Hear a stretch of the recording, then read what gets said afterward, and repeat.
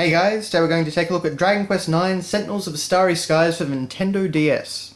And of course this is the 9th iteration in the long-running Dragon Quest RPG series, and to my knowledge actually the last one that was localized for the West.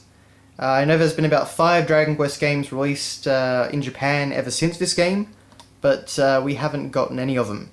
So, including Dragon Quest X actually, which is an MMO, but anyway, Dragon Quest IX.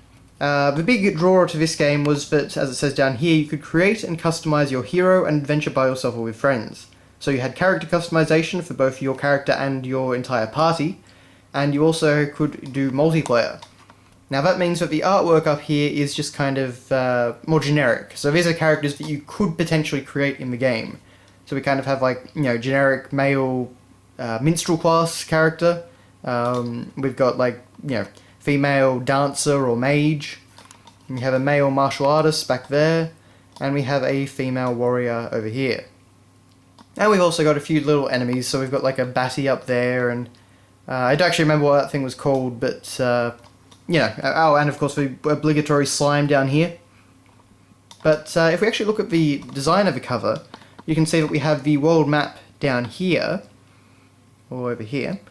And up in the skies, we have, the observatory area from the game. So it's kind of like you have the top half of the front cover being the heavens, and then the bottom half being the actual world itself. So obviously a lot of thought went into this this front cover. Now on the side, we have the logo for the game, as well as it written out again just in the standard DS text. And then on the back we have a number of screenshots, but we also have a lot of explanations. So this is a fairly informative back cover, basically talking about the character customization features, the multiplayer, exploring the world, etc, etc. And of course we have a little bit more artwork, so we've got Apis Major down there, we've got the player's possible character there, we've got Aquila, and we have Captain Max Medlin, who was the mini-medal captain in this game. So yeah. Then inside we have the cartridge, which is pretty basic. It's just a light blue background with the normal logo in front of it. Nothing very exciting. But moving on, we get our manual. And it is actually, well, pleasantly enough anyway, in full colour. So we get a nice large world map showing off everything here. We get an overview of the story background. We have, of course, the contents. I just turn off that little light because it was reflecting on the pages, but we have artwork of the observatory again, and we've got different player characters that you can create. We have Aquila, we have Apis Major, we have Stella the Fairy. So a surprising amount of artwork for different things. We've got some monster artwork sprinkled throughout. And everything's in full colour, there's lots of screenshots, lots of detail. It's honestly a very nice manual. It's much like you would have gotten in the older days. I think if we go a bit further, right here somewhere anyway, yeah, so we get to all this artwork showing off all the different classes, which is pretty cool, and all the different gender versions of those classes.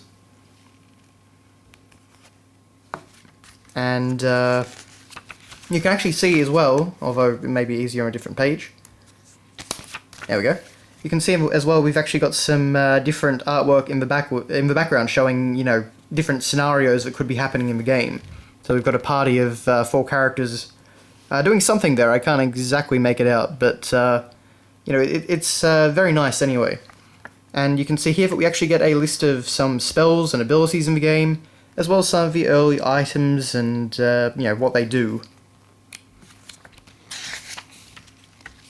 Get some different artwork again for the incredible, indispensable Quarter's Rest, so the Inn in Stornway, which becomes very important.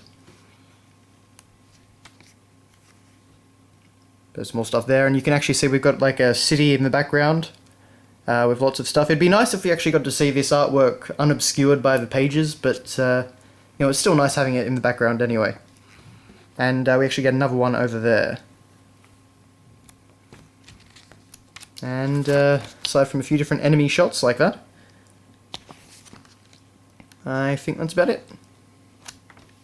And of course on the back we get a little stack of slimes. So that's that. All in all, actually a very nice manual.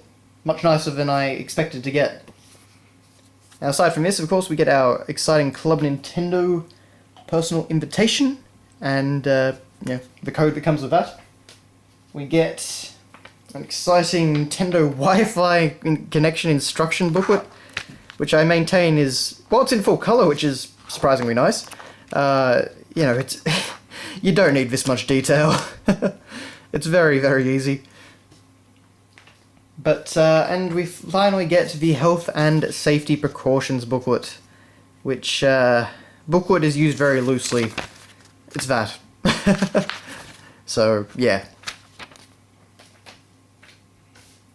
But anyway, that has been your look at Dragon Quest IX Sentinels of the Starry Skies for Nintendo DS. While it's not my favourite Dragon Quest game, I don't think it's as powerful as Dragon Quest VIII.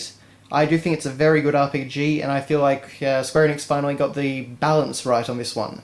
So, basically, what I mean by that is that you don't get you don't get to a certain point where enemies suddenly become ridiculously hard and you have to grind for hours upon hours. It seems to be much more streamlined in that regard, so I appreciate that. But anyway, thanks for watching, guys, and I will see you later.